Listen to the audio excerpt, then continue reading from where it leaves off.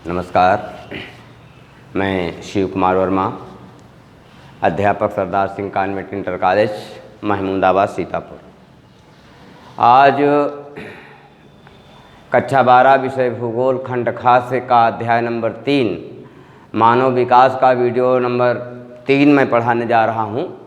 इसके पहले इस लेसन से मैं 2 वीडियो पढ़ा चुका हूँ।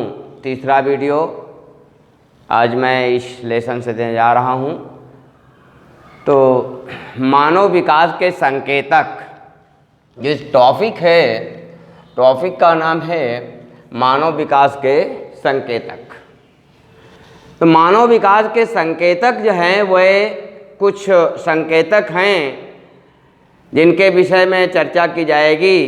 तो इसमें पहला बिंदु आता है आर्थिक संकेतक। आर्थिक संकेतक,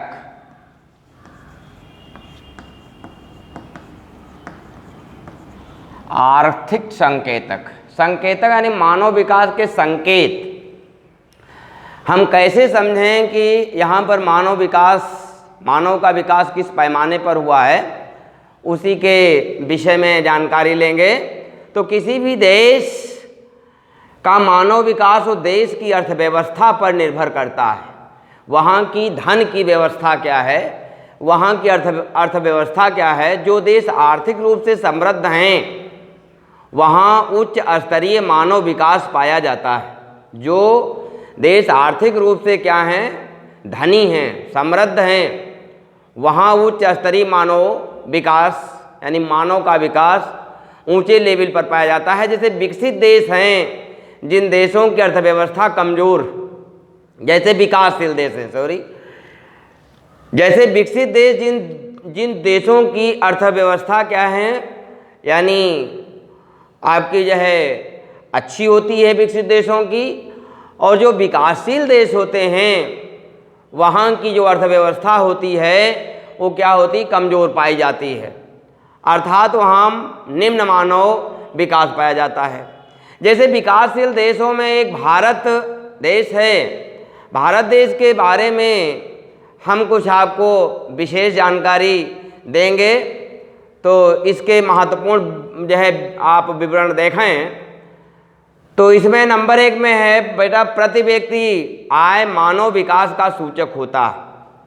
प्रति व्यक्ति आय का मतलब होता है कुल जनसंख्या बटे देश की कुल आय। तो ये होती है जो है प्रति व्यक्ति आय। तो प्रति व्यक्ति आय मानव विकास का सूचक है।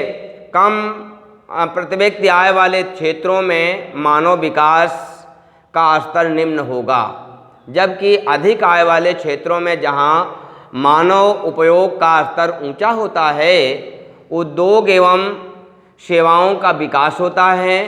भारत में प्रति व्यक्ति आय सकल घरेलू उत्पाद के दर से पंजाब और हरियाणा जो है आगे है। भारत में पंजाब और हरियाणा जो है वो क्या है, प्रति व्यक्ति आय में आगे है। दूसरा आता है मानव विकास को निर्धारित करने के लिए उत्पादकता एक महत्वपूर्ण मानक है। देश के आर्थिक विकास से समृद्ध भागों में उत्पादकता निश्चित रूप से अधिक होती है। जहाँ के क्षेत्र क्या हैं, समृद्ध हैं, वहाँ उत्पादकता अधिक होती है। जैसे पंजाब और हरियाणा में उत्पादकता अधिक है, वहाँ पर प्रति व्यक्ति आय अधिक है, क्योंकि इन क्षेत्रों में क्या होता है, आधुनिक जो है प्रौद्योगिकी का विकास किया जाता है, मशीनों का जो है प्रयोग होता है, जिससे उत्पादन अधिक होता है और उपयोग और उपभोग की सारी वस्तुएं क्या होती हैं, आसानी से उपलब्ध हो जाती हैं। जिन क्षेत्रों में प्रौद्योगिकी विकास नहीं होता है, मशीनों का प्रयोग नहीं होता है, वहाँ उपभोग की वस्तुएं आसानी से उपलब्ध नहीं हो पाती हैं। तीसरा बिंदु आप देखें, किसी भी क्षेत्र के औद्योगिक विकास के लिए कच्चे माल का निकटवर्ती क्षेत्र में उपलब्ध होना अति आवश्यक होता है। यह बात उन उद्योगों पर लागू होती है जो भारी और सस्ते माल का प्रयोग करते हैं। तो कहने का तात्पर्य यह है कि जहाँ पर ऐसे क्षेत्र जहाँ पर कच्चा माल आसानी से उपलब्ध हो जाता है, उन्हीं क्षेत्रों में कारखाने स्थापित किए जाते हैं, और विशेषकर वह कारखाने जिनको भारी कच्चे माल की आवश्यकता होती है, और वो जो कच्चा माल होता है उसकी रेट सस्ती होती है। जैसे लोहा इस्पात उद्योग है, सीमेंट उद्योग है, चीनी उद्योग है। तो ये जो उद्योग हैं, इन उद्योगों को भारी कच्चे माल की आवश्यकता होती है, इसलिए ये उद्योग उन्हीं क्षेत्रों में स्थापित किए जाते हैं जहाँ पर पास में ही कच्चा माल आसानी से उपलब्ध हो जाया करता है।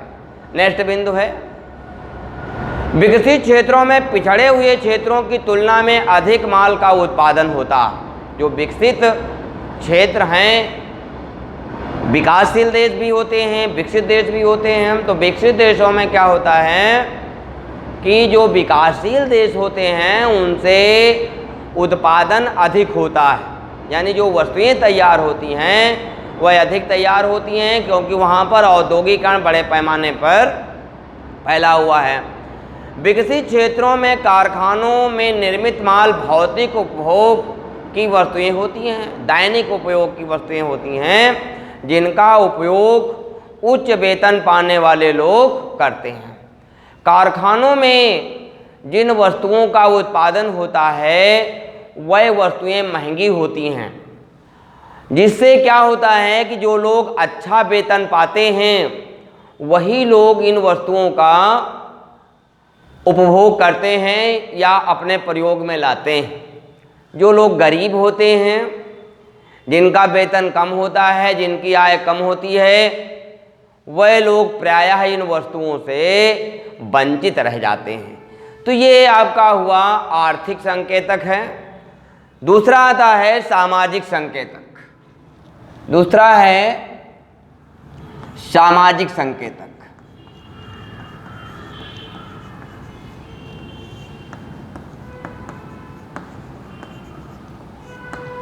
सामाजिक संकेतक क्या है? देखें, आर्थिक क्षेत्र में उन्नति के साथ साथ शिक्षा, स्वास्थ्य व सामाजिक कल्याण जैसी सेवाएं भी पर्याप्त मात्रा में उपलब्ध होनी आवश्यक हैं।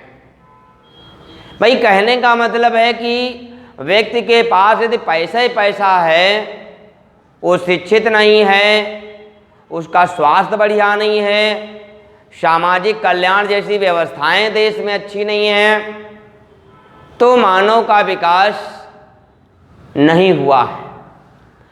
ऐसी स्थिति में सामाजिक संकेतक मानव के विकास में महत्वपूर्ण क्या है कि महत्वपूर्ण स्थितियां उत्पन्न करते हैं। जैसे नंबर 1 में शिक्षा सामाजिक गतिशीलता हेतु आवश्यक है। समाज को आगे बढ़ाने के लिए, समाज की गतिशीलता स्थापित करने के लिए शिक्षा महत्वपूर्ण है। उच्च स्तरीय शिक्षा सामाजिक गतिशीलता में सहायक होती है। साक्षरता और शिक्षा का प्रसार मानव विकास का एक महत्वपूर्ण संकेतक है। साक्षरता में 0 से 6 वर्ष की आयु वर्ग को नहीं रखा जाता है। जिन बच्चों की आयु 0 से 6 वर्ष है, साक्षरता में इनको नहीं रखा जाता है। शिक्षा और साक्षरता के प्रसार से लोगों में जागरूकता बढ़ती है तथा आर्थिक विकास तेजी से होता है। कहने का तात्पर्य है कि एक शिक्षित समाज अशिक्षित समाज से आगे बढ़ जाता है। सन 1951 में जहां भारत में मात्र 19.33% लोग शिक्षित थे, वहीं 2011 में बढ़कर भारत में 73% लोग शिक्षित या साक्षरता पहुंच गई है। भारत का केरल राज्य एक ऐसा राज्य है जहां सबसे अधिक साक्षरता पाई जाती है। 94% यहाँ साक्षरता केरल राज्य में पाई जाती है 2011 की जनगणना के अनुसार। 2011 की जनगणना के अनुसार क्या है, केरल राज्य है आपका जो, वहाँ पर साक्षरता 94% पाई जाती है। भारत का सबसे कम साक्षरता वाला राज्य बिहार है, जहाँ पर 61.8% साक्षरता पाई जाती है। 61.8%, ये 2011 की जनगणना के अनुसार बिहार राज्य है। तो बिहार राज्य में सबसे कम और केरल में सबसे अधिक साक्षरता 2011 की जनगणना के अनुसार पाई जाती है। केरल में 94% और बिहार में 61.8% पाई जाती है साक्षरता। अगला बिंदु आप देखें, स्वार्थ एवं मानव विकास का गहरा संबंध है। एक स्वस्थ समाज में ही देश की आर्थिक उन्नति संभव है। यदि समाज स्वस्थ नहीं है तो उसकी आर्थिक उन्नति संभव नहीं है। जैसे स्वास्थ्य संबंधी सेवाएं अच्छी होने से मानव का विकास अधिक होगा। अस्वस्थ व्यक्ति में कार्य करने की क्षमता कम पाई जाती है। व्यक्ति बीमार है, खांसी आ रही है, इम्यूनिटी पावर कम है, तो उसमें कार्य करने की क्षमता कम पाई जाती है। स्वतंत्रता के बाद स्वास्थ्य संबंधी सेवाओं का विकास अधिक हुआ है, लेकिन फिर भी विभिन्नताएं देखने को मिलती हैं। यानी कहने का तात्पर्य विभिन्नताओं का मतलब है कि देश में सभी राज्यों में एक समान विकास नहीं हुआ है, जिसके कारण विभिन्नताएं हैं। आज भारत सरकार के द्वारा जिला अस्पताल, सामुदायिक स्वास्थ्य केंद्र, प्राथमिक स्वास्थ्य केंद्र, उपकेंद्र, स्वास्थ्य की बहुत सारी व्यवस्थाएं की गई हैं। अनेकों प्रकार की बीमारियों, अनेकों प्रकार की महामारियों के टीके भी उपलब्ध कराए गए हैं, चाहे वो मानव के लिए हो अर्थात पशुओं के लिए हो। हर क्षेत्र में सरकार के द्वारा प्रयास किया गया है कि व्यक्ति स्वस्थ रहे, और जब व्यक्ति स्वस्थ रहेगा तो कार्य करने की क्षमता उसके अंदर बढ़ेगी और साथ ही साथ आर्थिक स्थिति उसकी मजबूत होगी। मानव विकास के लिए प्रत्येक व्यक्ति को सामाजिक सुरक्षा प्राप्त होनी चाहिए। समाज में सुरक्षा का होना नितांत आवश्यक है। इसके लिए कई प्रकार के फोर्सों की व्यवस्था की गई है। पीएससी, रैपिड एक्शन फोर्स, बहुत सारी व्यवस्थाएं की गई हैं। तो व्यक्ति को सुरक्षित होना नितांत आवश्यक है। इस हेतु सरकार को जो है विशेष प्रयास करना चाहिए। देश में जो जातिवाद है, धर्मवाद है, भाषावाद है, क्षेत्रवाद है, इसको समाप्त कर देना चाहिए और सरकारी तथा गैर सरकारी संगठनों को मिलकर इसमें जो है प्रयास भी करना चाहिए। अब नेक्स्ट बिंदु आता है जनसांख्यिकीय संकेतक। नेक्स्ट बिंदु आता है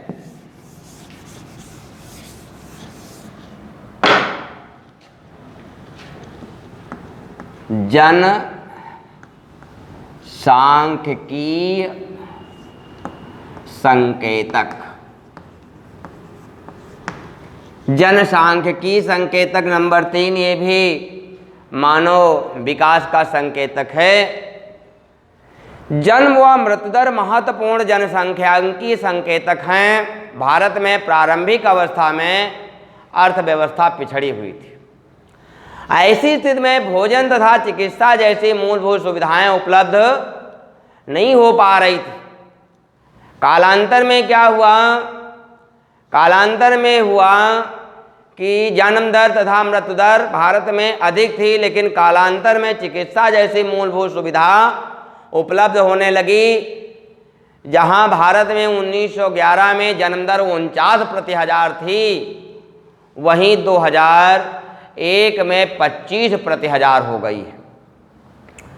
सन 1911 में जहाँ मृत्यु दर 43% थी, 43 प्रति हजार बेटा, है ना, 43 प्रति हजार कहा जाता है, जहाँ पर 1911 में मृत्यु दर 43 प्रति हजार थी, वहीं 2011 में नहीं, वहीं 2001 में गिर करके 8.5 हो गई है।